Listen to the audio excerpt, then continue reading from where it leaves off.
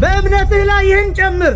ዘመኑ መልስ የመስጠት ጉዳይ። ስለ ሃይማኖታችሁ፣ ስለ ስርዓታችሁ ጠበቃ የምትሆኑበት ጊዜ ነው። ስለ ቤተክርስቲያናችሁ ጠበቃ የምትሆኑበት ጊዜ። ሰዎቹ በጣም ዲጂታላይዝ በሆነ መንገድ ቤተክርስቲያኒቷን እንዴት ቡና እያፈሉ እንደሚያሟት ታውቃላችሁ። በጥሩ ማይክ ተቀምጠው ካባችንን ለብሰው የእኛን ጥምጣም ጠምጥመው የእኛን ንዋያተ ቅድሳት ለብሰው የእኛን ከበሮ ወስደው የእኛን ጸናጽል ወስደው የእኛን መቋሚያ ወስደው እንዴት ቤተክርስቲያኒቷን እንደሚቆራርሷት፣ እንዴት ቤተክርስቲያኒቷን እንደሚፎትቷት እያያችሁ ነው። ለእነሱ መልስ እየሰጠን አንኖርም። ይህንን መናገር የምንፈልገው ለእናንተ ነው። ከዛ እናንተ አውቃችሁ እንዲህ አይነት ነገር ሲመጣ ይሄማ እንዲህ ነው ብላችሁ ለራሳችሁ ለልባችሁ መልስ እንድትሰጡ ነው። በጣም ብዙዎቻችን እናምናለን። መልካም። እውቀት ግን ያስፈልጋል። እውቀት ማለት ዲግሪ አይደለም፣ ፒኤችዲ አይደለም፣ ማስተርስ አይደለም። እውቀት ማለት 81 ቅዱሳት መጽሐፍትን ከጫፍ እስከ ጫፍ መዝለቅ አይደለም። ወይም መጽሐፍ ቅዱስን ከኦሪት ዘፍጥረት እስከ ራዕየ ዮሐንስ ማንበብ ብቻ አይደለም። መልካም ነው፣ እሱን ማድረግ መልካም ነው። እውቀት ማለት መረዳት ነው። መምህራንን ትምህርታቸውን መረዳት፣ የቤተክርስቲያኒቷን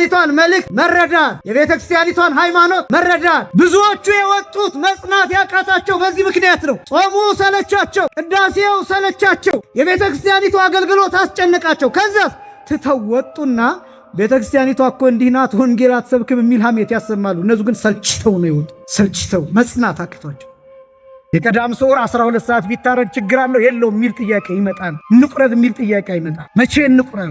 መቼ ስጋውን ደግሞ እንቀበል? ፋሲካን እኮ በሽሮ መቀበል ይቻላል እኮ። ፋሲካን እኮ አስቀድሶ ስጋውን ደሙን ተቀብሎ ከዚያ እኮ ቆሎ በልቶ ብቻ መዋል እኮ ይቻላል እኮ። ኃጢአት እኮ አይደለም ስጋ አለመብላት በፋሲካ። ጽድቅም እኮ አይደለም በፋሲካ ስጋ መብላት። ምን ጨነቀ አሁን ብዙዎቻችን ለዚህ። አሁን ይሄን ጉባኤ መስራት ማለት እንዲህ በስታችሁ ከዛ እንድትበተኑ አይደለም። እዚህ አረንጓዴ የሆነ ነገር ሰርተን እሱን እያያችሁ እንድታደንቁም አይደለም። የእኛን ካባ አለባበስ እያደነቃችሁ የእኛን የቃላት አጠቃቀም የእኛን ንግግር እያደነቃችሁ እንድትሄዱ አይደለም። የዘማሪውን ድምፅ እየሰማችሁ አቤት ዘማሪ እያላችሁ እንድትሄዱ አይደለም። ዓላማችን እሱ አይደለም። የቤተክርስቲያኒቱ ዓላማ አይደለም። ይሄ አይደለም ይመናል። የቤተክርስቲያኒቱ ዓላማ፣ የቤተክርስቲያኒቱ ዋና ግብ እናንተ እንድታውቁ እንድትረዱ ነው። ማንም በየመንገዱ እንዳይነጥቃችሁ ነው። ማንም እንዳይዘግናችሁ ነው። እንደ ሸምበቆ ነፋስ እንደሚያወዛውዘው ሸምበቆ እንዳትወዛውዙ። አሸዋ ላይ እንደተተከለ ቤት፣ እንደተሰራ ቤት ምንም ሲመጣ እንድትፈርሱ አይደለም። አለት ላይ የቆማችሁ ልባሞች ብልሆች የጸና ቤት እንድትሆኑ። በነገራችን ላይ ራሱን የሚገዛ ሰው ዓለምን ከሚገዛ ሰው በላይ ነው። ዓለም ላይ የምናያቸው ጦርነቶች ራሳቸውን መግዛት በማይችሉ ሰዎች የሚፈጠሩ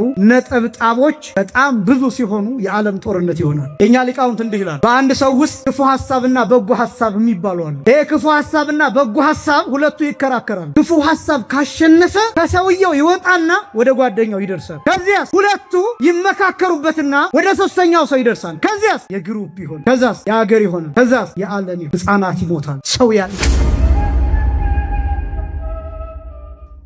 በስመ አብ ወወልድ ወመንፈስ ቅዱስ አሃዱ አምላክ አሜን።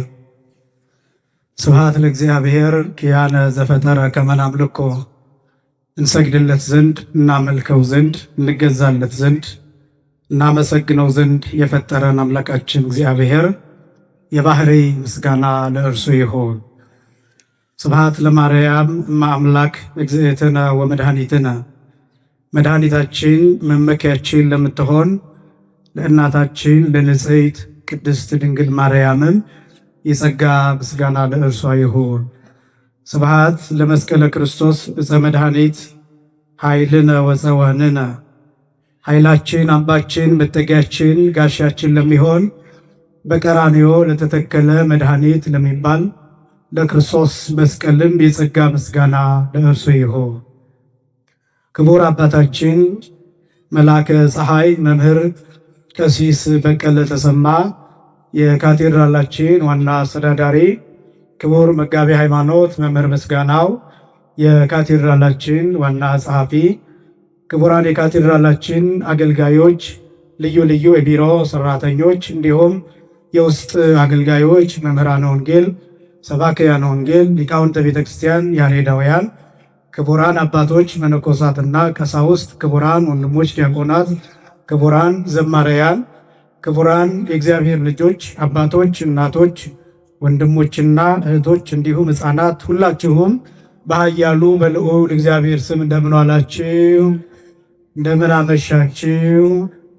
አምላካችን እግዚአብሔር በዚህ ዕለት በዚህ ሰዓት በዚህ ቅዱስ ቦታ ተገኝተን ቅዱስና ሕያው ዘላለማዊ የሆነውን ቃሉን እየሰማን እንድንባረክ ስለፈቀደልን ስሙ ለዘላለም የከበረ የተመሰገነ ይሁን። የሊቃውንት አምላክ የምስጢር ባለቤት የቅዱሳን ፈጣሪ አባቶቻችን አምላክ እግዚአብሔር በመካከላችን ተገኝቶ ምስጢርን ጥበብን እንዲገልጥልን የእርሱ ቅዱስ ፈቃድ ይሆንልን። ለተወሰኑ ደቂቃዎች የምንማማርበት የትምህርት ርዕስ በእምነት ላይ ምን እንጨምር በሚል ርዕስ ይሆናል። የቅዱስ ጴጥሮስ መልእክት ሁለተኛ መልእክት ምዕራፍ 1 ከቁጥር 5 ጀምሮ ያለ የመጽሐፍ ቅዱስ ክፍል መነሻ በማድረግ እንማራለን። እውነቱን ለመናገር በዚህ በእኛ ጉባኤ ሳስተምር ብዙ እጨነቃለሁ። ሁልጊዜ እንደምለው አንደኛ ትምህርት እንዳልደጋግም፣ ሁለተኛ ደግሞ ምናልባት ከዚህ በፊት ከተማርነው አንጻር ድግግሞሽም እንዳይኖር ከሌሎችም መምህራን አንጻር ምን አይነት ትምህርት ልስጥ የሚል ሁልጊዜ ጭንቀት ይይዘኛል። ሌላ ቦታ ሳስተምር እንደምጨነቀው አይደለም። እዚህ የምጨነቀው እዚህ ከፍ ያለ ጭንቀት ይኖረኛል። እንዳትሰለችው በመጠንቀቅ ማለት ነው። ስለምናከብራችሁ ይህንን ለመግለጥ ነው። በዚህ ርዕስም ማስተማር የፈለግኩት በሁለት ምክንያት ነው። በእምነት ላይ ምን እንጨምር የሚለው አንደኛ አሁን ያለንበት ሳምንት ምኩራብ ተብሎ ስለሚጠራ ከዚህ ሐሳብ ላለመውጣት ይህንን ሐሳብ ለመጠበቅ ነው አንደኛው። ሁለተኛው ያው ሁላችንም ሃይማኖት አለን፣ እምነት አለን እና በዚህ ላይ ግን መያዝና መጨመር ያለብን በተለይ ደግሞ በዚህ ጾም መለማመድና ማሳደግ ያለብን ምንድነው የሚለውን ሐሳብ እሱን ለማሳየት በእምነት ላይ ምን እንጨምር በሚል መጠይቃዊ ቃል ለትንሽ ደቂቃዎች ቆይታ እናደርጋለን። የመጀመሪያው ይሄ ሳምንት ምኩራብ ይባላል። አሁን ስለ ምኩራብ ብዙ ነገር ለመናገር አይደለም። ከእሑድ ጠዋት ጀምሮ ስንሰማው የቆየ ትምህርት ነው። ነገር ግን ማስተዋል የፈለግኩት እንድታስተውሉት ማሳሰብ የፈለግኩት ጌታችን መድኃኒታችን ኢየሱስ ክርስቶስ በመቅደሱ ዙሪያ ያሳየውና ያስጠነቀቃቸው ነገሮች አሉ። የትምህርታችን ፍሬ ሐሳብ ይህንንም ስለሚመለከት ነው። እንደሚታወቀው ምኩራብ ማለት መሰብሰቢያ የጸሎት ቦታ ማለት ነው። በብሉይ ኪዳን የሚያገለግል ቃል ነው እና በዚህ ቦታ ጌታችን መድኃኒታችን ኢየሱስ ክርስቶስ ብዙ ጊዜ ተገኝቶ አስተምሯል። በወንጌል የተጻፈው ግን 2 ጊዜ ምኩራቡን አጽድቷል። ምኩራቡን ያጸዳው 2 ጊዜ ነው። የመጀመሪያው ምኩራቡን ያጸዳው በመጀመሪያ ስብከቱ ነው ወይም የመጀመሪያው አገልግሎት ላይ ነው። ሁለተኛ ያጸዳው ደግሞ በአገልግሎቱ መጨረሻ ላይ ነው። የመጀመሪያውን ምኩራብ ያጸዳው በ30 ዓመቱ ነው። ለመጨረሻ ጊዜ ደግሞ ምኩራቡን ያጸዳው በ33 ዓመቱ ነው። በመጀመሪያ በምኩራብ ተገኝቶ ያጸዳው በመጀመሪያው ፋሲካ ነው። በሁለተኛው በምኩራብ ተገኝቶ ያጸዳው በአራተኛው እና የመጨረሻው ፋሲካ ነው። እነዚህ ሁሉ የየራሳቸው ምስጢራት አሏቸው። ታሪኩም ክስተቱም አገላለጡም ይለያያል። የመጀመሪያው ጌታችን መድኃኒታችን ኢየሱስ ክርስቶስ ምኩራቡን ያጸዳበት ታሪክ በዮሐንስ ወንጌል ምዕራፍ 2 ላይ ብቻ ተመዝግቦ የሚገኝ ነው። የመጨረሻው የማጽዳት ሥራ በማቴዎስም በማርቆስም በሉቃስም በ3 ወንጌላት ተጽፎ ተመዝግቦ የሚገኝ ነው። የመጀመሪያው የማጽዳት ሥራ ምኩራብ ተብሎ ይሄ ሳምንት ይታሰባል። የመጨረሻው የማጽዳት ሥራ ግን አንጽሖተ ቤተ መቅደስ ተብሎ ነው የሚታሰበው። ሁለቱም የተለያዩ ናቸው። ምኩራቡ ራሱ ነው፣ ያጸዳቸውም ነገሮች የተለያዩ ናቸው። የመጀመሪያው በገመድ ጅራፍ ነው ያጸዳው። ያጸዳውም ሰዎቹን አይደለም። ልብ በሉ፣ በምኩራብ ተገኝቶ ያጸዳው ሰዎቹን አይደለም። በመጀመሪያ የገመድ ጅራፍ ሰርቶ ወገብረ መቅሰፍተ ጥብጣቤ ዘሃብን ይላል። ከገመድ ጅራፍ ሰርቶ በዚያ እየገረፈ እንስሳቱን፣ በሬዎቹን፣ በጎቹን እና ርግቦቹን እነዚህን እንዳስወጣ ይናገራል። ሰዎቹን ግን አላስወጣቸውም። በመጀመሪያው የማጽዳት ሥራ። በሁለተኛው በአንጽሖተ ቤተ መቅደስ መቅደሱን ባነጻበት ሥራ ግን መስዋዕቶቹን ብቻ ሳይሆን ወይም ለመስዋዕት የሚቀርቡትን እንስሳት ብቻ ሳይሆን ሰዎቹን አስወጥቷቸዋል። በ30 ዓመቱ መቅደሱን ሲያጸዳ ለመስዋዕት የሚቀርቡትን እንስሳትን አስወጥቷቸዋል። በሁለተኛው መቅደሱን ሲያጸዳ ግን ለመስዋዕት የቀረቡትን ለመስዋዕት የሚቀርቡትን ብቻ ሳይሆን ሰዎቹንም አስወጥቷቸዋል። እነዚህ የራሳቸው በጣም ብዙ ነገር ማሳየት የሚችሉት ነገር ስላለ ነው። የመጀመሪያው እንስሳቱን አስወጥቶ ሰዎቹን ያላስወጣበት ምክንያት ለማስተማር ነው። መጀመሪያ ለማስጠንቀቅ ነው። እንስሳቱ ማለት የኛ ጠባይ ምሳሌዎች ናቸው። መስዋዕት ሆነው የሚቀርቡት የኛ ጠባዮች ምሳሌዎች ናቸው። መስዋዕት ሆነው የሚቀርቡትን ማስወጣት ማለት ሰዎች መስዋዕት ከመቅረባቸው በፊት የሚኖራቸውን ማንነት እሱን መገሰጽ ማለት ነው። ጅራፉ ያስፈልገው ለዚህ የገመዱ ጅራፍ ያስፈልገው እንስሳቱ የሚወጡት በጅራፍ ስለሆነ፣ በጥንቱ ጊዜ የሚነዱት በጅራፍ ስለሆነ፣ የሚወጡትም ተገርፈው ስለሆነ በዛ ምክንያት ጌታችን መድኃኒታችን ኢየሱስ ክርስቶስ ከገመድ ጅራፍ አበጅቶ እንስሳቱን አስወጥቷቸዋል። በጎቹን አስወጥቷል፣ በሬዎቹን አስወጥቷል፣ ርግቦቹን አስወጥቷል። ነገር ግን ሰዎቹን ምንም አላላቸውም። እንዲህ ብቻ ነው ያላቸው፣ የአባቴን ቤት የንግድ ቤት አደረጋችሁት የሚል ቃል ነው። በመጨረሻው ቤተ መቅደሱን በማጽዳት ዘመቻ ግን ጌታችን መድኃኒታችን ኢየሱስ ክርስቶስ የተናገረው እንዲህ የሚል ቃል ነው፣ የአባቴን ቤት የሌባ የወንበዴ ዋሻ አደረጋችሁት የሚል ቃል ነው የተጠቀመው። የመጀመሪያው የንግድ ቤት አደረጋችሁት የሚል ነው። መስዋዕቱን የሚመለከት ነው። ይሸጡ ይለወጡ የነበሩትን እንስሳትን የተመለከተ ነው። በሰው ልጅ ሕሊና፣ በሰው ልጅ ልቡና፣ በሰው ልጅ አይምሮ ውስጥ ነግሶ የነበረውን እንስሳዊ ጠባይ፣ የከብቶችን ጠባይ፣ የርግቦችን ጠባይ፣ የበግነት ጠባይ፣ እነዚህን ጠባያት ነው አስቀድሞ የገሰጸው ጌታ። አስቀድሞ በወንጌል የሚነገረን በውስጣችን ያለው ጠባይ እንዲወጣ ነው። ሚመናን የማስመሰል ጠባይ፣ የፈሪሳዊነት ጠባይ፣ የግብዝነት ጠባይ፣ የውሸት ጠባይ፣ የቂም ጠባይ፣ የበቀል ጠባይ፣ እነዚህ ናቸው አስቀድሞ የሚገሰጹት። ይሄ ገመድ ጅራፍ ተብሎ የሚጠራው ወንጌልን የሚገልጥ ነው።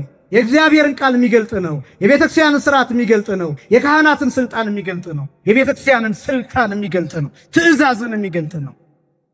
በገመድ ጅራፍ እነዚህን እንስሳት ማስወጣት ማለት በካህናት ስልጣን፣ በቤተክርስቲያን ትምህርት፣ በቤተክርስቲያን ስልጣን፣ በወንጌል፣ በእግዚአብሔር ቃል በእኛ ውስጥ ያለውን እንስሳዊ ጠባይ መገሰጽ ነው። የጾሙ ዓላማ እሱ ነው። ለምሳሌ የእንስሳትን ተዋጽኦ የማንበላበት ምክንያት በጾም ስጋ የማንበላበት ምክንያት፣ ወተት የማንጠጣበት ምክንያት፣ እንቁላል የማንበላበት ምክንያት፣ አጠቃላይ ከእንስሳት የተገኙ ነገሮችን በሙሉ የማንመገብበት ዋና ምክንያት እንስሳዊ ጠባይ ከኛ እንዲወጣ መስራት ነው። ልምምዱ እሱ ነው። የእንስሳት ጠባይ ምንድን ነው? ዝሙት። የእንስሳት ጠባይ ምንድን ነው? ፍትወት። የእንስሳት ጠባይ ምንድን ነው? ደመነፍስ። የእንስሳት ጠባይ ምንድን ነው? አብዝቶ መተኛት። የእንስሳት ጠባይ ምንድን ነው? አለማሰብ። የእንስሳት ጠባይ ምንድን ነው? አለማስተዋል። እነዚህን ጠባዮች ከውስጣችን አውጥተን እንድንጥል ነው ዓላማው። ምክንያቱም ሰው ሲፈጠር ጠባዩ ሁለት ነው። አንደኛው እንስሳዊ ጠባይ ነው፣ ሁለተኛ መልአካዊ ጠባይ ነው።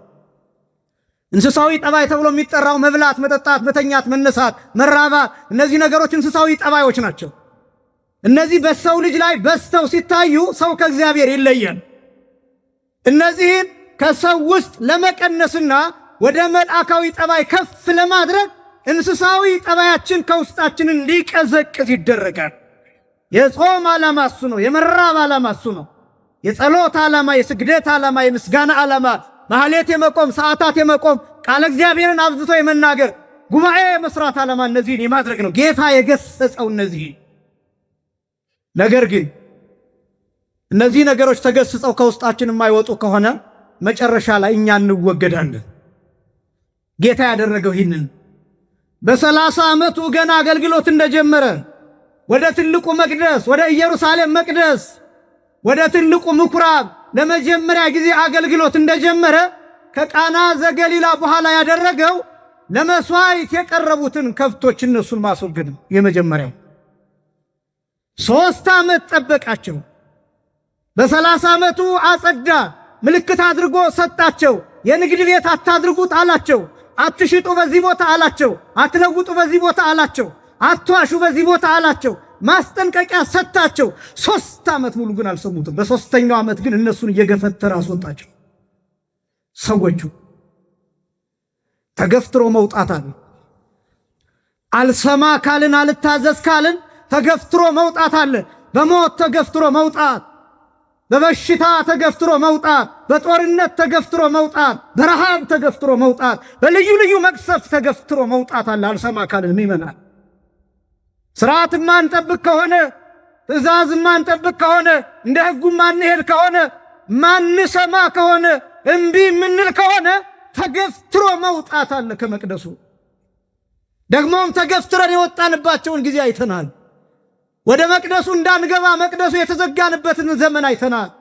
እንዳንቆርብ የሆንበትን ዘመን በጥቂቱም ቢሆን አይተናል። ማህሌት እንዳንገባ የሆንበትን ጊዜ አይተናል። ሰላምታ እንዳንሰጣት፣ አብረን እንዳንበላ፣ አብረን እንዳንጠጣ የሆንበትን ጊዜ አይተናል። አብረን እንዳንሰና በርቀት ወንበር እየተደረደረ በሜትር እየተለካ የተቀመጥንባቸውን ጊዜያት አይተናል። በማስካፋችንን ሸፍነን ትንፋሻችን የሌላ በሽታ መንስኤ እንዳይሆን የተጨነቅንባቸውን ጊዜ አይተናል። ተገፍትረን በጥቂቱም ቢሆን ምልክት የተሰጠንበትን ጊዜ አይተናል። ይመናል። መቅደሱን እንደሚገባ ካላከበር ነው፣ ወንጌልን እንደሚገባ ካላከበር ነው፣ የቤተ ክርስቲያኒቱን ሥርዓትና ሕግ፣ ደንብ፣ መመሪያ እንደሚገባ ካላከበር ነው፣ ካልገባን፣ የጌታን ፍቅር ካልተከተልን፣ ታግሶን መጨረሻ ላይ ተገፍትረን የምንወጣባቸው መዓቶች ይመጡብናል። እግዚአብሔር ከዚህ ሁላችንን የሚሰውረን። ይሄ ነው የምኩራብ ምስጢር። ይሄ ነው ጌታችን መድኃኒታችን ኢየሱስ ክርስቶስ በመጀመሪያው ማጽዳት የሰዎቹን ጠባይ ገሰጸ። ባካችሁ የንግድ ቤት አታድርጉት፣ ይሄን ቤት አለ። የጥቅም ቤት አታድርጉት፣ የዝምድና ቤት አታድርጉት፣ የወገን ቤት አታድርጉት፣ የሌላ ልዩ ልዩ ነገር ማድረጊያ፣ ስጋዊ ነገር፣ ዓለማዊ ነገር ማሰቢያ አታድርጉት ብሎ ገሰጸ። ሰዎቹም ቢሲሉ ግን ራሳቸውን አስወጣቸው እየገፈተረ። ይሄን ምስጢር የሚያሳይ ነው። እነዚህ ሰዎች ለመሆኑ ምንድናቸው የሚለውን ላሳይና ወደ ሁለተኛው ልምጣ። በእምነት ላይ ምን እንጨምር ነው? በእምነት ላይ ምን እንጨምር? ሁለተኛ ጴጥሮስ ምዕራፍ 1 ከቁጥር 5 ጀምሮ እነዚህ ሰዎች እምነት የነበራቸው ግን ምግባር ያልነበራቸው ናቸው። ልብ በሉ። ከምኩራቡ የተባረሩት ሰዎች ሃይማኖት የነበራቸው፣ እምነት የነበራቸው፣ መቅደሱ ቅዱስ እንደሆነ የሚያምኑ ግን እንደ መቅደሱ ቅድስና ግን የማይኖሩ ናቸው። እግዚአብሔር እንዳለ የሚያምኑ ግን ደግሞ እግዚአብሔር እንደሚፈልገው ያልተጓዙ ናቸው። እግዚአብሔር ያንን መቅደስ እንደሰጣቸው የሚያምኑ ግን በዚያ ልክ የሚያይሄዱ፣ በዚያ ትእዛዝ የማይሄዱ፣ ያን ስርዓት የማይጠብቁ ናቸው። ሁላችንም እናምናለን፣ ሁላችንም ሃይማኖት አለን። በጣም ትልቁ ችግር ግን ሃይማኖት አለን፣ እምነት አለን፣ በሃይማኖታችንና በእምነታችን ላይ ምግባር አንጨምርም። በነገራችን ላይ ይሄ የቅዱስ ጴጥሮስ መልእክት የተጻፈበት ዋና ምክንያትም አንዱ ምክንያት ይሄ ነው። እምነት ብቻ ያድናን ብለው የሚያምኑ ሰዎች ነበሩ በዚያ ዘመን። ቅዱስ ጴጥሮስ ሁለተኛው መልእክት የጻፈበት ምክንያት ይሄ ነው። ምግባር አያስፈልግም። አንድ ሰው በ40 ቀን በ80 ቀን ከተጠመቀ በኋላ የልጅነትን ጥምቀት ካገኘ በኋላ የፈለገውን አይነት ኃጢአት ቢሰራ ችግር የለውም። በኢየሱስ ክርስቶስ ይጸድቃል፣ እንዲያው በጸጋው ይጸድቃል እያሉ ይቀልዱ ለነበሩ ሰዎች ነው ይሄ መልእክት የተጻፈው። በጣም ብዙ ሰዎች አሉ፣ ሃይማኖት እያላቸው እምነት እያላቸው ምግባር ላይ የሚቀልዱ ሰዎች አሉ። በሃይማኖት ላይ ምግባር ያስፈልጋል፣ በእምነት ላይ ምግባር ያስፈልጋል። ጌታችን መድኃኒታችን ኢየሱስ ክርስቶስ በማቴዎስ ወንጌል ምዕራፍ 6 ላይ ምግባርን አስተምሯል። ስንጾም እንዴት መጾም እንዳለብን፣ ስንጸልይ እንዴት መጸለይ እንዳለብን፣ ስንመጸውት እንዴት መመጽወት እንዳለብን፣ ክርስቲያናውያን የሚባሉት ዋና ዋና ምግባራት ተብለው የሚጠሩትን እነዚህን አስተምሮናል ጌታ። ምግባር ያስፈልጋል ከእምነት በተጨማሪ። እምነት ብቻውን የሞተ ነው። ምግባር የሚባል ነፍስ ያስፈልገዋል። ክርስቲያናዊ ሥራ ያስፈልገዋል። ክርስቲያናዊ ተግባር ያስፈልገዋል። መንፈሳዊነት ያስፈልጋል። በዚህ ዘመን ደግሞ የከሰረውና ከንቱ የሆነው ነገር እንደ ሃይማኖት በሚገባ የሚሰራ ሥራ የለም። ሊያውም ሥራ የሚሰራ ሰው ይናቃል፣ ይገለላል፣ ይተዋል፣ እንዳልሰለጠነ ሰው ይቆጠራል። እነዚህ ናቸው ከምኩራቡ እንዲወጡ የተደረጉት።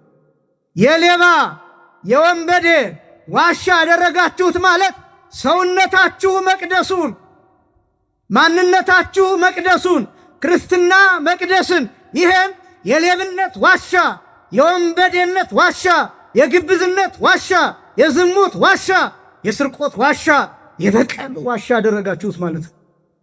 የከበረውን ሰውነት በሜሮን በስጋው ደግሞ የከበረውን ሰውነት በ40 ቀን በ80 ቀን የከበረውን ሰውነት ክርስቶስ የሞተለትን ሰውነት የተገረፈለትን ሰውነት ደም የፈሰሰለትን ሰውነት ቤተ ክርስቲያን በልዩ ልዩ ክቡር ነገር ያከበረችውን ሰውነት ካህናት የሚደክሙለትን ሰውነት ቤተ ክርስቲያን ዕለት ዕለት የምትደክምለትን ሰውነት 24 ሰዓት የሚጸለይለት ሰውነት የሚለመንለት ሰውነት ስጋ የተቆረሰለት ካሳ የተከፈለለት ሰውነት ቅዱሳን በሰማይ የሚማልዱለት ሰውነት መላእክት የሚጠብቁት ሰውነት ሰማዕታት የሚማልዱለት ሰውነት ያንን ሰውነት ዋሻ አደረግነው። የሌብነት ዋሻ፣ የወንጀል ዋሻ፣ የጦርነት ዋሻ አደረግነው። ሚሳኤል እየሰራን ሕፃናት የሚሞቱበትን ጥይት እየሰራን ሰዎች የሚያልቁበትን እየሰራን ዓለምን እያሸበርን እያስጨነቅን ወደ ኋላ ተመልሰን ዕዳ እያሰላን ወደ ኋላ ተመልሰን ቂምና በቀል እያወራረድን አገር ዓለምን አሳልፈን እኛ የራሳችንን ኖረን ሌሎቹ ሕፃናቱ እንዳይኖሩት እያደረግን አዲሱን ትውልድ እየገደልን የሌብነት ዋሻ የወንብድና ዋሻ አደረግነው ሰውነታችንን፣ ህብረታችንን፣ ጉባኤያችንን፣ አንድነታችንን። ዓለም እሱን ነው እየሰራ ያለው። እኔ አሁን እንደዚህ እያልኩ ስናገር አሁን የመጣችሁትን እዚህ የምትሰሙትን አይደለም ይመናል። ከናንተ በተጨማሪ በዚህ በልዩ ልዩ ሚዲያ የሚሰሙ ወንድሞች አሉ። ቤተ ክርስቲያኗን ጭራሽ የማያውቋት በሩቅ ሆነው የሚማሩ በሩቅ ሆነው የሚኖሩ ወንጌል የሚሰሩ እነዚህ ሰዎች አሉ። ምናልባትም እነዚህ እንዲሰሙትና ምን ማለት እንደሆነ እንዲረዱት ነው። በጣም ብዙ ሰዎች ሰውነታቸውን የልዩ ልዩ ነገር ዋሻ አድርገው ከመቅደሱ ርቀው የሚኖሩ በጣም ብዙዎች ናቸው። እየተቹ የሚኖሩ እየከሰሱ የሚኖሩ ቤተክርስቲያኒቷን እያሟት በቤተክርስቲያኒቷ ላይ እያንጎራጎሩ የሚኖሩ በጣም ብዙዎች ናቸው። ለነዚህም ጭምር እንዲደርስ ነው። እናንተማ መጥታችኋል፣ በእናንተ እኮ እንኮራለን፣ በእናንተ እኮ ደስ ይለናል። እናንተማ ቤተክርስቲያን ትሰማላችሁ፣ መልካም እኮ ነው። ነገር ግን በእናንተ በኩል ሌሎችን እናስተምራለን። ይህ ማለት ነው ጌታ ጉባኤውን ሲያስተምር አንድ ሕፃን በመካከላቸው አቁሞ እንደዚህ ሕፃን ካልሆናችሁ ወደ መንግሥተ ሰማያት ከቶ አትገቡም ብሎ ሕፃኑን ምሳሌ አድርጎ እንዳስተማረ እኛም እናንተን ምሳሌ አድርገን ስለምናስተምር እንጂ ምንወቅሰው እናንተን አይደለም፣ ምንገስጸውም እናንተን አይደለም። ምናስተምረው በእናንተ በኩል ሌሎችንም ነው። ይሄ ብቻ ሳይሆን እናንተ ሌሎችም እንድትነግሩ ጭምር ነው። እንዲህ አይነት ሰዎች አሉ ሰውነታቸውን ዋሻ ያደረጉት። ኢየሱስ ዋሻ፣ የማጨስ ዋሻ፣ የመቃም ዋሻ ያደረጉት ከቤተ ክርስቲያን የሸሹ አሉ። እግዚአብሔር እነሱን ወደ መቅደሱ እንዲያመጣልን የእሱ ቅዱስ ፈቃድ ይሆንልን። የሌብነትና የወንበዴነት ዋሻ ያደረጋችሁ ብሎ የሚናገረው ይሄን ነው። በእምነት ላይ ምንም ሳይጨመር ሲቀር እንደሱ ነው የሚሆነው። መባረር ይመጣል፣ መገፈተር ይመጣል። ስለዚህ እንዳንገፈተር እንዳንባረር በእምነት ላይ ምን እንጨምር የሚሉ ጥቂት ነጥቦችን እነሱን ከመጽሐፍ ቅዱስ ብቻ አሳያለሁ። ሁለተኛ ጴጥሮስ ምዕራፍ 1 ከቁጥር 5 ጀምሮ ሁለተኛ ጴጥሮስ ምዕራፍ 1 ከቁጥር 5 ጀምሮ እንዲህ ይላል ቅዱስ ጴጥሮስ፣ ስለዚህ ምክንያት ትጋትን ሁሉ እያሳያችሁ በእምነታችሁ ላይ ይህንን ጨምሩ ይላል። እደግመዋለሁ። ስለዚህም ምክንያት ትጋትን ሁሉ እያሳያችሁ በእምነታችሁ ላይ ይህንን ጨምሩ ይላል። አሁን በእምነታችሁ ላይ የሚለው ቅዱስ ጴጥሮስ እምነት መሰረት ስለሆነ ነው። ቅዱስ ዮሐንስ አፈወርቅ ይህንን ሲተረጉም እንዲህ ይላል፣ አሚንሰ መሰረት ይእቲ ወካልአኒሃ ህንፃ ወንድቅ እሙንቱ ይላል። እምነት ወይም ሃይማኖት መሰረት ናት ይልና ሌሎቹ እንደ ጣራና እንደ ግድግዳ ናቸው ይላል። መሰረት አለን፣ ግልጽ ነው። እምነት አለን፣ ግልጽ ነው። ሃይማኖት አለን፣ ግልጽ ነው። በእምነት ላይ እኛ ኢትዮጵያውያን ችግር የለብን፣ እምነት አለን። በእምነታችን ላይ ግን መጨመር ያለብን አንደኛ በጎነትን ይላል ቅዱስ ጴጥሮስ። በኋላ ጠይቃለሁ። በጎነትን ይላል በእምነት ላይ መጨመር የሚገባው። ይሄ ብቻውን ሰፊ ሐሳብ ነው።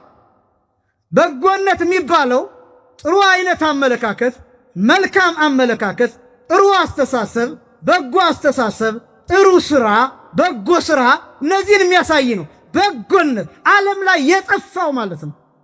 ርኅራኄ ተብሎ ይተረጎማል። ርኅራኄ ተብሎ ይተረጎማል። ምሕረት ተብሎ ይተረጎማል። ይቅርታ ተብሎ ይተረጎማል። ትዕግስት ተብሎ ይተረጎማል። ታማኝነት ተብሎ ይተረጎማል። እነዚህ ሁሉ በጎነቶች ናቸው። በጣም ብዙ በጎ ነገሮች አሉ ዓለም ላይ ማናስተውላቸው በጎ ነገሮች አሉ። አንዳንድ ጊዜ ብዙ ሰው የቅዳሴን በጎነት ሳያይ፣ የማህሌትን በጎነት ሳያይ፣ የወንጌልን በጎነት ሳያይ በጣም የራሱን ሕይወት ብሶቱን ብቻ እያየ ስለሚሄድ ተጎጂ ይሆናል። ይጨነቃል፣ ድብርት ውስጥ ይገባል፣ ፍርሃት ውስጥ ይገባል። በጎ ነገሮችን ስለማያይ። ለምሳሌ ይሄ ያለንበት ሁኔታ በጎ ነገር ነው። ወንጌል በጎ ነገር ነው። በዚህ ሰዓት እግዚአብሔር ለእኛ እየሰራ ያለው ነገር አለ። እኛ ቃሉን ስንሰማ እግዚአብሔር በእኛ ሕይወት አንዳች መልካም ነገር በጎ ነገር ያደርጋል። እዚህ ማምሸታችን በጎ ነው። መማራችን በጎ ነው። ማስቀደሳችን በጎ ነው። መጾማችን በጎ ነው። ጸሎታችን በጎ ነው። ማህሌቱ በጎ ነው። ሰዓታቱ በጎ ነው። እነዚህ ነገሮች ሁሉ በጎ ናቸው፣ ግን አናስተውላቸውም። እነዚህን በጎነቶች ማየት ይገባል። ይሄ ብቻም ደግሞ አይደለም፣ በራሳችን በጎ መሆን። ሌላው ቀርቶ እኛ ላይ የሚታሰቡ ክፉ የሚመስሉ ነገሮችን እንኳን ነገር ሁሉ ለበጎ ነው ብሎ መቀበል መቻል፣ በበጎ ማሰብ። ሕሊናችሁን ታድኑታላችሁ፣ ልባችሁን ትጠብቁታላችሁ፣ ነፍሳችሁን ትጠብቁበታላችሁ። እያንዳንዱን ነገር ቶሎ ብሎ በአሉታ ከማሰብ አሁን እኮ ገሌ እንዲህ አስቦ ነው፣ አሁን እኮ እንዲህ የሚለው ይህንን ለማለት ፈልጎ ነው እያል በክፉ ነገር ሰውነታችንን ከምናደቀው ለኔ እኮ ጥሩ አስቦ ነው ብሎ በጎ ማሰብ። ለምሳሌ ጌታችን መድኃኒታችን ኢየሱስ ክርስቶስ ገርፈን ሰቅለነው በመስቀል ላይ ሁልጊዜ የምንገልጠው የተናገረው ቃል አለ። ሁልጊዜ እየጮኸ የሚኖር ቃል፣ የሚያደርጉትን አያውቁምና ምን በላቸው ይቅር በላቸው ብሎ የተናገረው የመጨረሻው በጎ ቃል። ገርፈን ሰቅለነው፣ ቸንክረን ሰቅለነው፣ መስቀል ላይ እንዲጨነቅ አድርገነው፣ ያ ሁሉ ደም እንዲፈስ አድርገን በችንካር ከመስቀል ጋር አጣብቀነው፣ መሬት ለመሬት ጎትተነው፣ በድንጋይ ደብድበነው፣ በቡጢ መተነው፣ ጥርሱ እስኪወልቅ በጥፊ መተነው፣ ራዩ ላይ ተፍተንበት፣ ፊቱን ሸፍነን ትንቢት ተናገርልን ብለን ተሳልቀንበት፣ እሱ ግን የሚያደርጉትን አያውቁምና ምን በላቸው ይቅር በላቸው። እናንተ ምንድነው የምትሉት? ሕፃናት ሲያጠፉ ሕፃን እኮ ስለሆነ ነው የምትሉት። ምን እያሰባችሁ እንደሆነ ታውቃላችሁ? ለሕፃኑ በጎ ሽፋን እየሰጣችሁ ነው። ሕፃኑ ያጠፋውን ጥፋት በበጎነት እየሸፈናችሁት ነው። ክርስቶስ መስቀል ላይ ሆኖ የሚያደርጉትን አያውቁምና ይቅር በላቸው ብሎ ሲናገር ከክፉ ይልቅ በጎነትን እያስተማረ ነው።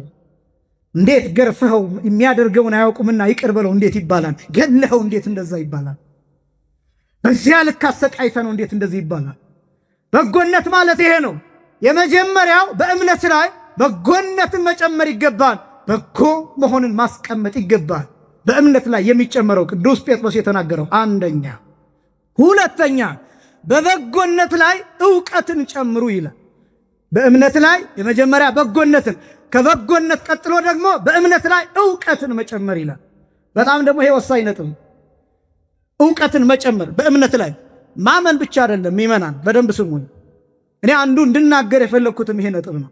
በጣም ብዙዎቻችን እናምናለን፣ መልካም። ዕውቀት ግን ያስፈልጋል። ዕውቀት ማለት ዲግሪ አይደለም፣ ፒኤችዲ አይደለም፣ ማስተርስ አይደለም። ዕውቀት ማለት 81 ቅዱሳት መጽሐፍትን ከጫፍ እስከ ጫፍ መዝለቅ አይደለም። ወይም መጽሐፍ ቅዱስን ከኦሪት ዘፍጥረት እስከ ራእየ ዮሐንስ ማንበብ ብቻ አይደለም። መልካም ነው፣ እሱን ማድረግ መልካም ነው። መረዳት ነው ዕውቀት ማለት።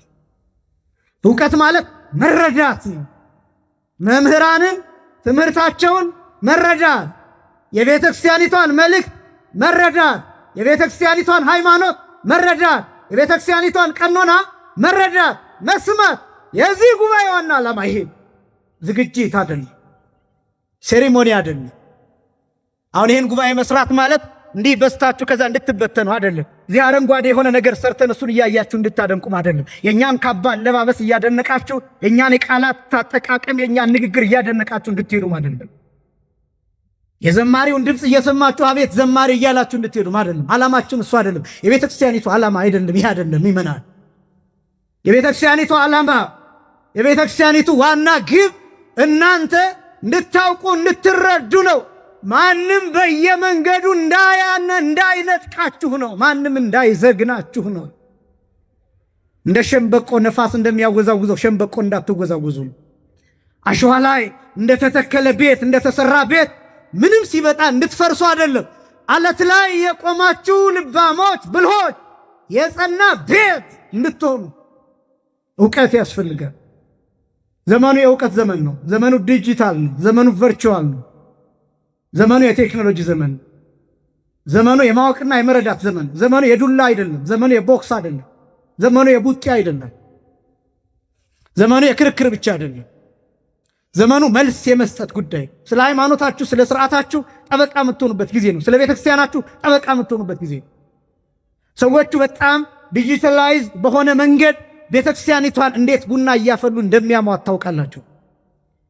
በጥሩ ማይክ ተቀምጠው ካባችንን ለብሰው የኛን ጥምጣም ጠምጥመው የኛን ንዋያተ ቅድሳት ለብሰው የኛን ከበሮ ወስደው የኛን ጸናጽል ወስደው የኛን መቋሚያ ወስደው እንዴት ቤተክርስቲያኒቷን እንደሚቆራርሷት እንዴት ቤተክርስቲያኒቷን እንደሚፎትቷት እያያችሁ ነው።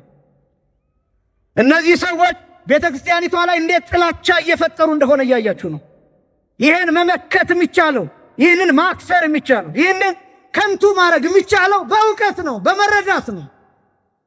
ለነሱ መልስ እየሰጠን አንኖርም። ይህንን መናገር የምንፈልገው ለእናንተ ነው። ከዛ እናንተ አውቃችሁ እንዲህ አይነት ነገር ሲመጣ ወይ ይሄማ እንዲህ ነው ብላችሁ ለራሳችሁ ለልባችሁ መልስ እንድትሰጡ ነው እንጂ እኛ ለነሱ መልስ እየሰጠን ዋናውን የቤተክርስቲያን ዕውቀት እየተውን መኖር የለብንም። ዕውቀት ያስፈልጋል። ምእመናን ዕውቀት ያስፈልጋል። መንፈሳዊ ዕውቀት ያስፈልጋል። የቤተክርስቲያን ዕውቀት፣ ቅዱሳት መጽሐፍት ዕውቀት፣ የሥርዓት ዕውቀት፣ ሃይማኖታዊ ዕውቀት፣ እነዚህ ዕውቀቶች ያስፈልጋሉ። ይህን መረዳት ያስፈልጋል። ቢቻል ቀርቦ ማህሌቱን ማወቅ ያስፈልጋል። ቅድም የኔታ ህሩይ ሲያዜሙት የነበረው እሱን መረዳት ያስፈልጋል። ምንድን ነው የሚባለው ቤተክርስቲያን ውስጥ?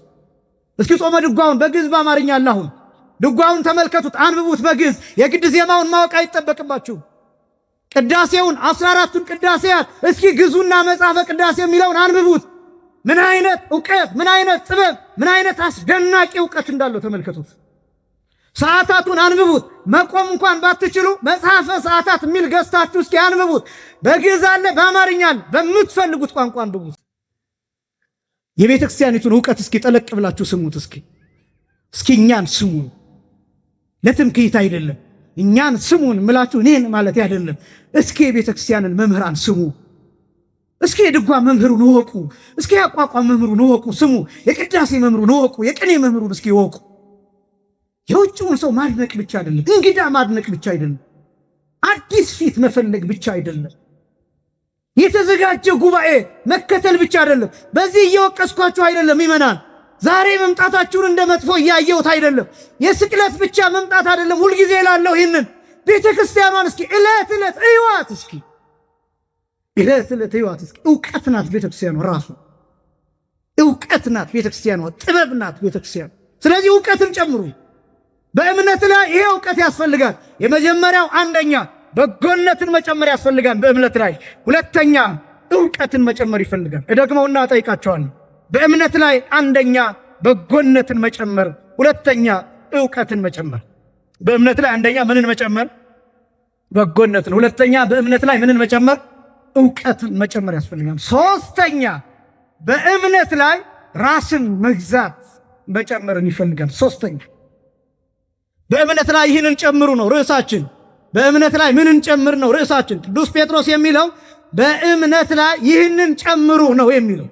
እኔ በእምነት ላይ ምንን ጨምር የሚል ርዕስ የሰጠሁት ይህን ጥያቄ ይዛችሁ ለየራሳችሁ ይዛችሁ እንድትሄዱ እኔም ስለምሰበክ ለራሴም ይህንን እንድጠይቅ አብሬ እንድማር ነው። በእምነት ላይ ምንን ጨምር የሚል ርዕስ የሰጠሁት። አንደኛ በጎነትን መጨመር፣ ሁለተኛ ዕውቀትን መጨመር፣ ሶስተኛ ራስን መግዛት መጨመር። ራስን መግዛት ማለት እንደሆነ ታውቃላችሁ?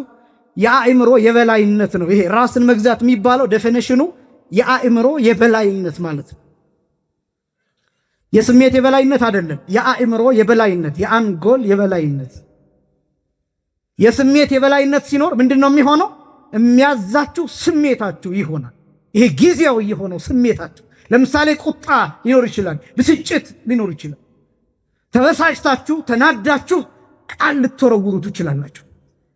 ያን ጊዜ አንጎላችሁ ሳይሆን የተቆጣጠራችሁ ስሜታችሁ፣ ጊዜያዊው ስሜታችሁ ነው የተቆጣጠራችሁ። ስለዚህ ሁልጊዜ ማሰብ የሚያስፈልገን ነገር በተበሳጨን፣ በተናደድን፣ በተቆጣን ሰዓት ዝም ማለት ይፈልጋል። ዝም ማለት ይፈልጋል። ወደ አንጎላችን ሂዶ ወደ አእምሮአችን ሂዶ መልእክቱ ተብላልቶ መምጣት አለበት። ተብላልቶ መምጣት አለበት። ሰው እንደሚታወቀው እነዚህ ሴንሰር ኒውሮን፣ ሞተር ኒውሮን የሚባለው የሴንትራል ነርቨስ ሲስተም የሚባል የአካል ክፍሎች ነው። ሴንትራል ነርቨስ ሲስተም የሚባለው መሃል ላይ ያለ በሴንሰር ኒውሮን አማካኝነት መልእክት የሚቀበልና በሞተር ኒውሮን አማካኝነት አክሽን ወይም ውሳኔ ወይም ድርጊት የሚሰጥ የአካል ክፍል አለ። በባዮሎጂ ትምህርታችሁ እንደምታውቁት ወጣቶች ሁልጊዜ የሚመጡት ነገሮች በአካሎቻችን ሴንስ የሚደረጉ ነገሮች ወደ ሴንትራል ነርቨስ ሲስተም ተልከው ተብላልተው ታይተው ከዛ ነው ውሳኔ የሚሰጥባቸው። ሌሎች አሉ እንደ ሪፍሌክስ አክሽንስ ተብለው የሚጠሩ ከሴንትራል ነርቨስ ሲስተም ቁጥጥር ውጪ የሆኑ አሉ። ለምሳሌ ማስነጠስ ሊሆን ይችላል፣ ልትቆጣጠሩት አትችሉ።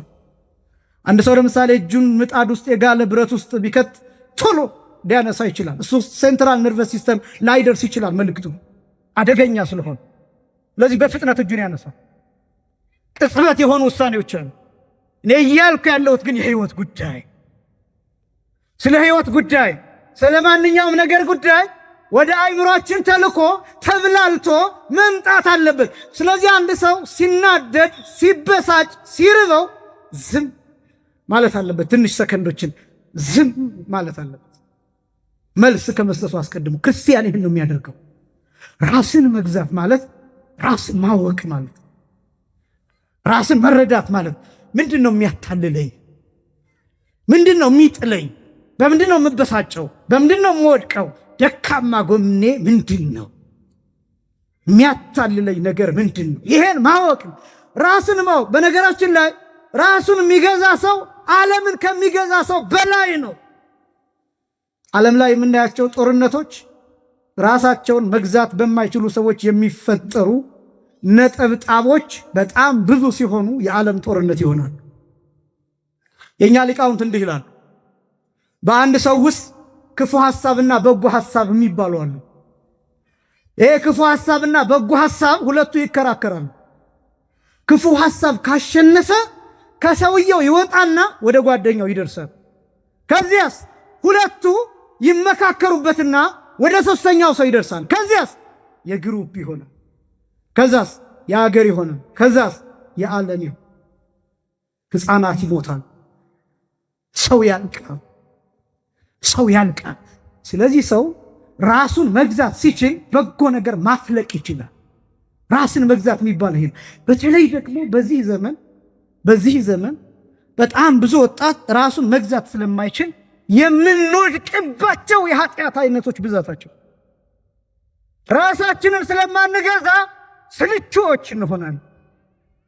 ራሳችንን እንዳንገዛ ያደረገን ደግሞ ሚዲያው ነው። ቲክቶኩ አጫጭር ነገር ይሰጠናል። አጫጭር ነገር ለምደናል። ከአንድ ደቂቃ በላይ መስማት አንፈልግም። ረጅም ሰዓት መቀመጥ አንፈልግም። ረጅም ሰዓት ስብሰባ ላይ መቆየት አንፈልግም። የአባቶችን ታሪክ ለመስማት ትዕግስት የለንም። አንዳንዶቻችን ትምህርቱ ረዘም ሲል እየተበሳጨን፣ እኛ ደግሞ እሑድ እንዳይመሽባቸው እንዳይረፍድባቸው ማህበራዊ ጉዳይ ያለባቸው እያለን እየተጣደፍን መከራችንን እያየን ቅዳሴውን እያቆራረጥን ዲያቆኑን ልንደፋው እየደረስን ለእናንተ እኮ ቅዳሴው ሌሊት የሚገባው ለእናንተ። እነሱ ትምህርት እንዳያመልጣቸው ወንጌል እንዳያመልጣቸው እየተባለ ለእናንተ ተጨንቀን 3 ሰዓት እንድናሰናብታችሁ ብለን መዝሙር የሚቆሙትን መሪጌቶች ቶሎ ቶሎ በሉ ጽፉት በቃ ተብሎ ተቋርጦ ቃለ እግዚአብሔሩ ለእናንተ እኮ ውስጥ ለእናንተ ብለን የምናሳጥራቸው የምንተዋቸው ብዙ ነገሮች አሉ። ሐሳባችንን ዝግጅታችንን ሳልገን የምንቋጨው ወንጌል ብዙ ነው ለእናንተ። ምክንያቱም ወጣቱ ይቸኩላል። የሚቸኩለው ወዴት ነው? ቲክቶክ ለማየት ይቸኩላል። ኳስ ጨዋታ አለበት ይቸኩላል። አሁን ጉባኤ ስናዘጋጅ ራሱ በዚያ ቀን የኳስ ፕሮግራም ይኖር ይሆን ማለት ሁሉ ጀምረናል። ምክንያቱም ብዙ ወጣት ማታ ላይ የጉባኤ ሰዓት ላይ አርሴናልና ማንቸስተርን እየደገፈ ሪ እያለ የሚያመሽበት ነው። እኔ እሱን አሁን ኃጢአት ነው ጽድቅ ነው ለማለት አይደለም። እሱ በራሱ ኃጢአት አይደለም ኳስ ማየት፣ በእርግጥ ጽድቅም አይደለም። አንዳንድ ነገሮች አሉ ኃጢአትም ጽድቅም ያልሆኑ። ግን ደግሞ እነዚህ ነገሮች ወዴት ሊሄዱ ይችላሉ? ከመንፈሳዊው ነገር ለይተው፣ ከቤተክርስቲያን ለይተው፣ ቤተክርስቲያኗ ደግሞ ወጣቱን ተከትላ ለወጣቱ ብላ ፕሮግራም አጥፋ። ተመልከቱ። ከዛ ደግሞ መጨረሻችን ምን ሊሆን ይችላል? መጨረሻችን ምን ሊሆን ይችላል? ይሄ ሁሉም የሆነው ራሱን በማይገዛ ስልቹ በሆነ ወጣት። አሁን አይታችሁ ከሆነ የ13 የ14 ዓመት ልጆች ራሳቸውን እያጠፉ ነው። ለምንድን ነው ተብለው ሲጠየቁ እማዬ አትወደኝም፣ አባዬ አይወደኝም የሚል ምክንያት ያቀርባሉ። ጓደኞቿ አይወዱኝም። እኔ አንዴ በቅርብ የሰማሁት ወፍራም የሆነች ልጅ በሰውነቷ ጓደኞቿ አንቺ ወፍራም ምናምን እያሉ ይቀልዱባታል፣ በዛ ምክንያት ራሷን አጠፋች የሚል ሰምቻለሁ። ህይወት ይሰለቻቸዋል። ለምን ቶሎ ይሰበራሉ የዚህ ዘመን ልጆች? ለምን ቶሎ ይበሳጫሉ የዚህ ዘመን ልጆች? ለምን ህይወት ገና ሳይኖሩት ለምን ይሰለቻሉ? ትምህርት ይሰለቻቸዋል። ትምህርት ቤት መሄድ ይሰለቻቸዋል፣ ይጠላሉ፣ አይፈልጉም። ለምን እንደዚህ የሚሆን ይመስላችኋል? ሚዲያው አጫጭር ነገር አስለምዶ ሰብሯቸዋል፣ አጉብጧቸዋል። ረጃጅም ነገር እንዳይወዱ አድርጓቸዋል። ትዕግስትን ቀምቷቸዋል። ትዕግስትን ቀምቷቸዋል። ኮምፒውተራችን፣ ስልካችን ማንነታችንን ቀምቶናል። ብቻችንን አይደለም ስልካችንን የምንጠቀም። እንደዚያ ካሰባችሁ ተሳስታችኋል። ኮምፒውተሮቻችንን የምንጠቀማቸው ብቻችንን አይደሉም። ቢዝነስ የሚሰሩበት ሰዎች ስክሪናችንን ይጠቀሙበታል። በራስህ ስክሪን፣ በራስህ ስልክ ማስታወቂያ ይሰሩበታል፣ ማስታወቂያ ያሳልፉበታል። ደስ የሚል የሚመስል ነገር እያሳዩ እነሱ ገንዘብ ይሰሩበታል፣ ቢዝነስ ይሰሩበታል። ይሄ ነው ያለው እውነት። ይሄን መረዳት ይፈልጋል። በዚህ ምክንያት ራሳችንን እንዳንገዛ ሆነናል። ይሄኛውን መንፈሳዊ ዓለም ተጸይፈን ስጋዊ ዓለም እንድንከተል ሆነናል፣ ራሳችንን ባለመግዛታችን ምክንያት። አራተኛው ይሄ የመጀመሪያው በእምነት ላይ የምንጨምረው በጎነትን፣ ሁለተኛ ዕውቀትን፣ ሶስተኛ ራስን መግዛት፣ ሶስተኛ አራተኛ መጽናት። ይህንን ጨምሮ ነው የሚለው ቅዱስ ጴጥሮስ። በእምነት ላይ ምንን ጨምር ነው ርዕሳችን። አማኞች ነን፣ ግልጽ ነው። በአማኝነታችን ላይ ግን ምን ያስፈልገናል ነው። ይሄን ነው እየተናገርኩ ያለሁት የኔን አይደለም። ቅዱስ ጴጥሮስ ሁለተኛ ጴጥሮስ ምዕራፍ 1 ከቁጥር 5 ጀምሮ የዘረዘራቸውን ቃል በቃል ነው እየነገርኳቸው ያለሁት። በእምነት ላይ አንደኛ በጎነት ያስፈልጋል ነው የሚለው። በእምነት ላይ ሁለተኛ ዕውቀት ያስፈልጋል ነው የሚለው። በእምነት ላይ ሶስተኛ ራስን መግዛት ያስፈልጋል ነው የሚለው። በእምነት ላይ አራተኛ መጽናት ይፈልጋል። መታገስ፣ በተተከሉበት ቦታ መቆየት ይፈልጋል። በጾም መጽናት፣ በጸሎት መጽናት፣ በመቁረብ መጽናት፣ በንስሐ መጽናት፣ በሃይማኖት መጽናት፣ በአቋም መጽናት፣ በአቋም መጽናት። በቃ አሁን የዚህን ዘመን ሰው ስትመለከቱ አቋሙ ይለዋወጣል። 10 ምናምን ጊዜ ሊለዋወጥ ይችላል። በቀን ውስጥ 10 ምናምን ጊዜ ሊቀያየር ይችላል። መጽናት የሚባል ነገር የጀመርነውን መጽሐፍ አንጨርስም፣ እንተኛበታለን። የጀመርነውን ትምህርት አንጨርስም፣ አቋርጠን እንሄዳለን። የጀመርነውን ትምህርት አንጨርስም፣ እናቋርጣለን። የጀመርነውን መልካምነት አንጨርስም፣ እናቋርጣለን። ከዛስ መጨረሻው ምን ይሆናል? ሕይወት ራሱ ይሰለችናል። ከዛስ ራስን ወደ ማጥፋት ይመጣል። እስኪ አስቧቸው የጸኑትን በሀገራችን ጸንተው እኮ ነው የድጓ መምህራን የሆኑት። የቤተክርስቲያን መምህራን እኮ ጸንቶ ከልጅነቱ እየተገረፈ ረሃብ እየገረፈው፣ መምህሩ እየገረፈው፣ ብርድ እየገረፈው፣ ሙቀት እየገረፈው፣ እየኮሰመነ እየደቀቀ ጸንቶ እኮ ነው የድጓ መምህር የሚኮነው። ጸንቶ እኮ ነው ያቋቋም መምህር የሚኮነው። ተጸንቶ እኮ ነው የቅኔ መምህር የሚኮነው፣ የቅዳሴ መምህር የሚኮነው፣ የትርጓሜ መምህር የሚኮነው። በቀልድ እኮ አይደለም እኮ፣ ሱፍ ተለብሶ አይደለም፣ ከረባት ተደርጎ አይደለም። እየተቸገረ እየተራበ የተበላሸ ምግብ፣ የተበላሸ እንጀራ፣ የሸተተ ወጥ እየበላ እኮ ነው እዚህ የሚደርሰው። ቤተክርስቲያን የጽናት ምልክት ናት። 24 ሰዓት እኮ እያመሰገኑ እኮ ነው አባቶቻችን እኮ የሚያገለግሉ። ይህን እንኳ እንኳን የማንመለከት እኮ ነው። አዎ በእርግጥ ካህናቱ ጋር ስንሆን ለካህናቱ ምን ነግራቸው አለ፣ ለካህናቱ የምናቀርበው ሐሳብ አለ። ለእናንተ ደግሞ እውነቱን ስንነግራችሁ ካህናቱ በእሳት እየተቃጠሉ ነው የሚያገለግሉት። ካህን እየተቃጠለ ነው የሚቀድሰው፣ እየተቃጠለ ነው ማህሌት የሚቆመው፣ እየተቃጠለ ነው መወድስ የሚያደርሰው፣ እየተቃጠልን ነው የምንሰብከው። ብሶታችንን አይደለም የምንነግራችሁ፣ ወንጌል ነው የምንነግራችሁ። የግል ህይወት ብሶት ሳይኖርብን ቀርቶ አይደለም። የግል ህይወት ብሶት እንዳይገባ ተጠንቅቀን ወንጌሉን ለእናንተ እንናገራለን፣ እየተቃጠልን እናነባለን። ትውልድ መጽሐፍ መግለጥ በሰለቸበት ዘመን እኛ ግን ግዴታ ቅዱሳት መጽሐፍትን አንብበን ተጨንቀን ምን እናቀርብላቸው ብለን እንዳይሰለችሁ ብለን ተጨንቀን ለእናንተ እናቀርባለን። ቤተክርስቲያን የጽናት ምሳሌ ናት። አባቶቻችን የጽናት ምሳሌዎች ናቸው። ብዙ ሰው ግን መጽናት አይፈልግም። ቀላል ነገሮችን ነው የሚፈልገው፣ ሾርት ከት ነው የሚፈልገው፣ አጫጭር ነገር ነው የሚፈልገው። በዚህ ምክንያት ነው ትውልዱ ቤተክርስቲያኗ መታደስ አለባት የሚለው። የሃይማኖት ጉዳይ እንዳይመስላችሁ። ይሄ የቤተክርስቲያኒቱ አገልግሎት ይከብደዋል። ብዙዎቹ የወጡት መጽናት ያቃታቸው በዚህ ምክንያት ነው። ጾሙ ሰለቻቸው፣ ቅዳሴው ሰለቻቸው፣ የቤተክርስቲያኒቱ አገልግሎት አስጨነቃቸው። ከዛስ ትተወጡና ቤተክርስቲያኒቷ እኮ እንዲህ ናት፣ ወንጌል አትሰብክም የሚል ሐሜት ያሰማሉ። እነዚህ ግን ሰልችተው ነው የወጡ፣ ሰልችተው መጽናት አቅቷቸው። ስለዚህ በእምነት ላይ መጽናትን መጨመር ይፈልጋል። አምስተኛ እግዚአብሔርን መምሰል ይፈልጋል። በእምነት ላይ እግዚአብሔርን መምሰል። ማንን መምሰል አልኳችሁ?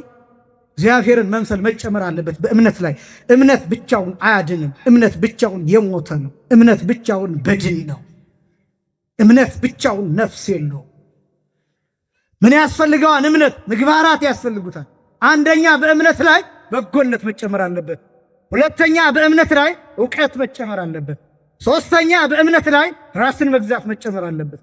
አራተኛ በእምነት ላይ መጽናት መጨመር አለበት። አምስተኛ በእምነት ላይ እግዚአብሔርን መምሰል መጨመር አለበት። ይሄ በነገረ መለኮት ቋንቋ፣ በቴዎሎጂ ቋንቋ ቴዎሲስ ተብሎ ይጠራል። ሱታፌ አምላክና ማለት ነው። አምላክነትን መሳተፍ፣ ቅድስና ዴፊኬሽን ተብሎ የሚጠራው ይሄ ነው። እግዚአብሔርን ወደ መምሰል ማድረግ ጾም እሱ ነው። ጾም ምንድን ነው ትሉኝ እንደሆነ እግዚአብሔርን የመምሰል ሂደት ነው፣ ልምምድ። በጣም ትልቁ ችግር አሁን ይህን ጾሙን እግዚአብሔርን ለመምሰል ጥረት እናደርጋለን። ፋሲካ ሲመጣ እግዚአብሔርን የመሰልንበትን መልክ እንደገና በጭፈራ ቤት እንቀብረዋለን፣ በመጠጥ እናሰጥመዋለን። በጣም ብዙዎቻችን ሁለት ቀሚስ አለን። ሁለት ቀሚስ ጌታ ለሐዋርያት ያዘዛቸው ትዝ ይላችኋል። ሁለት ቀሚስ አይኑራችሁ ብሎ ተናግሯቸዋል። ስንት ቀሚስ? ሁለት ቀሚስ አይኑራችሁ። ሁለት ቀሚስ የተባለው ምን እንደሆነ ታውቃላችሁ? ሁለት አይነት ማንነት ነው። ሁለት አይነት ማንነት። አሁን የኛ ማንነት የጾም ማንነት ነው። የፋሲካውን ማንነት ሳጥን ውስጥ አስቀምጠነዋል። ልክ ፋሲካ ሲመጣ 55 ቀን ጾመን ስንጨርስ ያቺኛዋን ቀሚስ እናወጣታለን። እቺ የጭፈራዋን፣ የመጠጧን ቀሚስ፣ የዝሙቱን ቀሚስ፣ ያን ቀሚስ አውጥተን እንለብሳለን። አንቆርብን ብዙዎቻችን፣ አንቆርብን ብዙዎቻችን። ገና ካሁኑ የዶሮ ዋጋ ያሳስበናል። ገና ካሁኑ የእንቁላል ዋጋ ያሳስበናል። ገና ካሁኑ የፍሪዳ ዋጋ ያሳስበናል። ገና ካሁኑ ስጋ ስንት ይሸጥ ይሆን? ገና የቅርጫ ዋጋ ያሳስበናል። ማንም ሰው በጣም ጥቂት ሰዎች ካልሆኑ በስተቀር በጣም ብዙ ሰው ግን በዚህ በዐቢይ ጾም መቼ ልቁረብ ብሎ ፕሮግራም አይይዝም። አሁን ገና ትንሣኤ ሲመጣ ምን ጠየቀው ጥያቄ አለ። ስንት ሰዓት እንረድ የሚል ጥያቄ። የቀዳም ስዑር 12 ሰዓት ቢታረድ ችግር አለው የለውም የሚል ጥያቄ ይመጣል። እንቁረብ የሚል ጥያቄ አይመጣም። መቼ እንቁረብ? መቼ ስጋውን ደግሞ እንቀበል? ፋሲካን እኮ በሽሮ መቀበል ይቻላል እኮ። ፋሲካን እኮ አስቀድሶ ስጋውን ደሙን ተቀብሎ ከዚያ እኮ ቆሎ በልቶ ብቻ መዋል እኮ ይቻላል እኮ። ኃጢአት እኮ አይደለም ስጋ ለመብላት በፋሲካ። ጽድቅም እኮ አይደለም በፋሲካ ስጋ መብላት። ምን ጨነቀውን ብዙዎቻችን ለዚህ እግዚአብሔርን የመሰልንበትን ሕይወት ያኔ እንቀብረዋለን። እሺ መብላት መጠጣት በራሱ ደግሞ ኃጢአት ስለሆነ በመጠን ይሁን። ከዛስ ችግሩ ሳምንቱን ሙሉ 50ውን ቀን ሙሉ ለዝሙት የተፈቀደ እስኪመስል ድረስ በዚህ ሰዓት ሆቴሎች እየታደሱ ነው። ብዙዎቹ ተዘግተው እየታደሱ ይታወቃል። ጾማችንን ስንጨርስ እኛ እዛ ሂደን ቁጭ እንደምንል ይታወቃል። መሳቂያ መሳለቂያዎች ነው። እንደው በአግባብ እንኳን ማድረግ ቢቻል፣ በስርዓት እንኳን ማድረግ ቢቻል፣ በስርዓት እንኳን ማድረግ ቢቻል። አንዳንዱ ሰው ለመሳደብ ራሱ ቆይ ጾም ነው ብዬ ነው እንጂ አሳያለሁ። ከዛስ ፋሲካ ሲመጣ የተጠራቀመውን ስድብ ያወርድበታል። ለዛ ቀጠሮ የሰጠ ሰው ቀጠሮ ያስቀመጠ ሰው ብዙ ነው። ምእመናን እግዚአብሔር ጅል ነው ወይ? ሎቱ ስብሐት። እግዚአብሔር ጅል ነው ወይ? ይታለላል ወይ? ስንት ዓመታት ጾምን፣ ስንት ዘመናት ጾምን። ለምንድን ነው ለውጥ ማየት ያልቻልን? ለምን ይመስላችኋል? እግዚአብሔርን የመሰልንበትን መልክ እንደገና እንቀብረዋለን፣ እንደገና እንቀልድበታለን፣ እንደገና እንገድለዋለን። 50 ቀን ስለ ጾምን ፋንታ 50 ቀን እንበቀለዋለን። 50 ቀን ያለማቋረጥ እንሰክራለን። ታዲያ እግዚአብሔር ይህንን ያውቃል። እግዚአብሔር ይህንን ስለሚያውቅ ይሄኛው ጾማችን ከንቱ እንደሆነ ያውቃል። ስለዚህ ዝም ይለን። ስለ ሀገር እንጮኻለን፣ ዝም እግዚአብሔር። ስለ ሕፃናቱ እባክህ ዝም፣ ማልቀስ ዝም፣ እንባ ማፍሰስ ዝም። ለምን? የፋሲካ ምን እንደምናደርግ ያውቀዋል እግዚአብሔር። ማታለል ይቻላል እግዚአብሔር፣ መሸወድ ይቻላል እግዚአብሔር። እግዚአብሔርን የመሰልንበትን መልክ እንቀብራለን። እግዚአብሔርን መምሰል በክርስቲያን ሕይወት ውስጥ የማያቋርጥ ልምምድ ነው። የዓመታት የ365 ዕለት የየዕለት ልምምድ ነው እግዚአብሔርን መምሰል። አምስተኛው ይሄ ነው። በእምነታችሁ ላይ ይህንን ጨምሩ። በእምነታችን ላይ ምን እንጨምር? አንደኛ በጎነትን፣ ሁለተኛ ዕውቀትን፣ ሶስተኛ ራስን መግዛትን፣ አራተኛ መጽናትን፣ አምስተኛ እግዚአብሔርን መምሰል፣ ስድስተኛ እርስ በእርስ መዋደድ ይላል።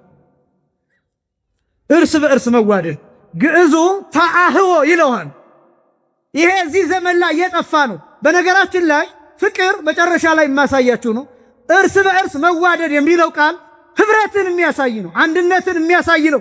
ወንድማማችነትን እህትማማችነትን የሚያሳይ ነው። እርስ በርስ መዋደድ። እርስ በርስ እንዋደዳለን ክርስቲያኖች እርስ በርሳችን። ተውት፣ አሁን ሌላውን ዓለም አይደለም። እርስ በርስ ነጠላ የለበሰችዋ ሴት ነጠላ የለበሰችዋን ሴት ትወዳታለች በንጹህ ፍቅር። ቤተክርስቲያን የመጣው ሰው ቤተክርስቲያን የሚመጣው ሰው ይወደዋል።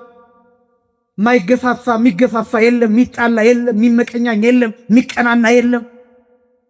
እርስ በርሳችን እኮ አንተዋወቅም እኮ። ለማስቀደስ ስንመጣ ምናልባት ጎረቤት ይዘን መተን እናስቀድስ አንልም እኮ። መኪና ያለው ሰው ሌላውን ይዞ አይመጣም። መንገድ ላይ እንተላለፋለን። አንተማመንም። ክርስቲያኖች ሆነን አንድ ማዕድ እየበላን፣ አንድ ህብስት እየበላን፣ አንድ ስጋ እየበላን፣ አንድ ደም እየጠጣን፣ ከአንድ ማዕድ እየተከፈልን እርስ በርስ አንስማማም።